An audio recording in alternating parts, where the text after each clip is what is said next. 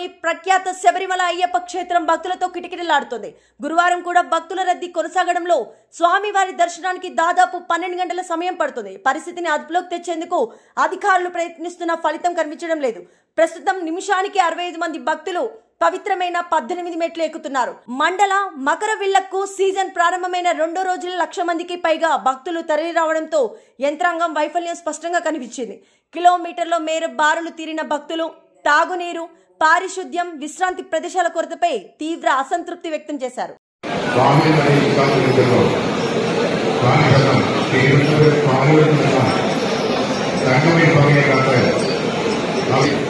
संगम